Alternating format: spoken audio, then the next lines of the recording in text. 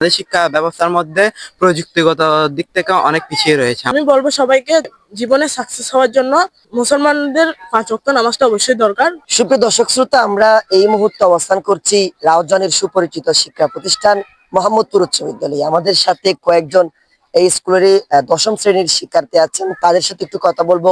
বর্তমান যে সিলেবাস, সেই সিলেবাসকে তারা কিভাবে দেখছেন, বা সিলেবাসের পদ্ধতি আগে একরকম ছিল, বর্তমান পদ্ধতি, সেই বিষয়টি নিয়ে আসলে তারা কিভাবে দেখছেন, শিক্ষা ক্ষেত্রে আর কোনো পরিবর্তন চান কিনা। মোহাম্মদপুর স্কুল অ্যান্ড কলেজের দশম শ্রেণীর শিক্ষার্থী। আমার রোল নাম্বার 4।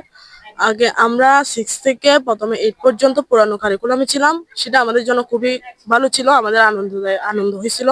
কিন্তু নবমে এসে হঠাৎ করে আমাদের উপর নতুন কারিকুলামটা আমাদের উপর চাপিয়ে দিয়েছিল, কিন্তু ওইটা আসলে আমাদের জন্য ঠিক ছিল না। আমরা ওইটার উপর মানিয়ে নিতে পারছিলাম না। এই যে 2024 সালে 5 আগস্ট সরকার পদত্যাগের পর আমরা আবারও আমাদের মতো এই পুরানো কারিকুলামের মধ্যে আগ্রহ হয়েছিলাম। এটার মধ্যে আমরা 2 মাস পরে আগের কারিকুলামের মতো পরে পরীক্ষা দিয়েছিলাম, এবং এরপরে আমরা দশম শ্রেণীতে উত্তীর্ণ হয়েছি। তারপরে আমি শুকরিয়া আদায় করছি যে আল্লাহর কাছে আমি অনেক ভালো রেজাল্ট ভালো করছি, এবং দশমে ওটা আমার অনেক ভালো লাগতেছে যে আমি আগে থেকে চাইছিলাম যেন আমাদের নতুন কারিকুলামটা বাতিল হয়ে যায়।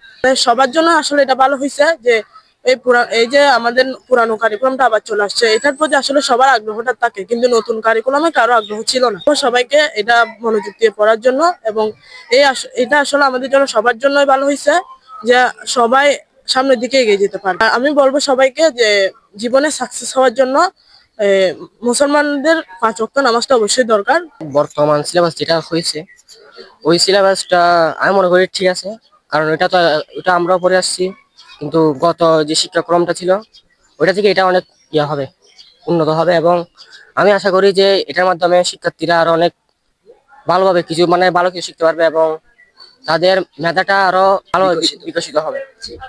তারপরে আর এটা যদি বাস্তবায়িত হয়, তাহলে মনে করবো দেশের শিক্ষা ব্যবস্থা অনেক উন্নত হবে, এবং এই আশা আমি ব্যক্ত করছি। এই ক্ষেত্রে আমাদের শিক্ষকদের যথেষ্ট পরিমাণ সাহায্য দরকার, এবং শিক্ষার্থীরা যদি যথেষ্ট মনোযোগ দিয়ে পড়াশোনা করে এবং শিক্ষকদের কথা যথাযথভাবে শুনে, আমি আশা করি তারা আবার নতুন ভাবে এগিয়ে আসতে পারবে। আসলে বর্তমান সিলেবাসটা চেঞ্জ করার জন্য আমি সবাইকে ধন্যবাদ জানাচ্ছি।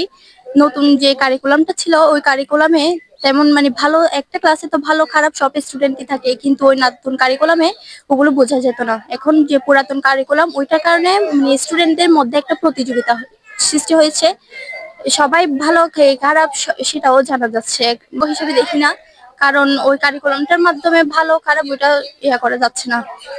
এখন যে নতুন সিলেবাসটা হয়েছে, ওই সিলেবাসটার মাধ্যমে আমার মনে হচ্ছে যে যারা পিছিয়ে পড়ছে, যারা খারাপ স্টুডেন্ট, তারা একটু উন্নতি হবে তারা পড়ালেখায়ও ভালো করতে পারবে, এবং সবার সঙ্গে প্রতিযোগিতায়ও থাকতে পারবে পড়ালেখা নিয়ে। হ্যাঁ, আমাদের শিক্ষা ব্যবস্থা অনেক পুরনো। এখনো আমাদের শিক্ষা ব্যবস্থাকে আধুনিক করা দরকার। আমাদের শিক্ষা ব্যবস্থার মধ্যে প্রযুক্তিগত দিক থেকে অনেক পিছিয়ে রয়েছে আমাদের শিক্ষা ব্যবস্থা।